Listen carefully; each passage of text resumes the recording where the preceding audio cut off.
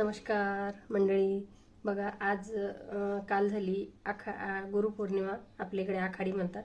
तर गुरुपौर्णिमेच्या निमित्तानं आपल्या इकडं साजरी करतात आणि आषाढ महिन्यात ज्याला आखाड म्हणतात, आखाडात आपल्याला देवीचं बोनं द्यायचं असतं.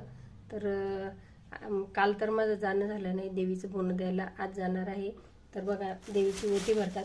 तर मी दही भाताचं बोनं देतात ते मी घरीच देवीला दाखवते, कारण मंदिरात खूप घाण होते आणि हा प्रकार मला स्वतःला आवडत नाही.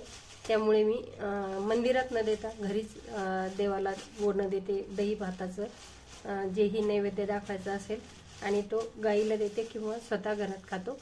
आणि आज मी कोरडं बोनं चालवलं देवीच्या नावानं. देवीला थोडं दाखवायचं आणि एखादी गरजू स्त्री असेल तिला हे द्यायचं. माझा हा दरवर्षीचा नियम आहे.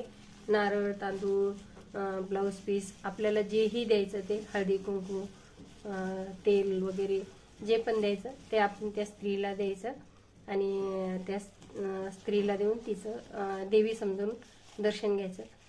कोणाचा तरी आपल्याला आशीर्वाद लाभेल. आणि ह्या पद्धतीनेच मी माझं बोनं दरवर्षी देत असते. तुम्ही कशा रूपात देता ते नक्की सांगा. चला, तर मी आता निघाले देवीला.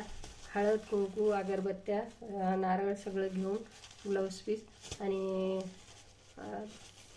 चला मग देवीला जाऊ. Bye bye. Like, share, subscribe करा, कमेंट करा. धन्यवाद.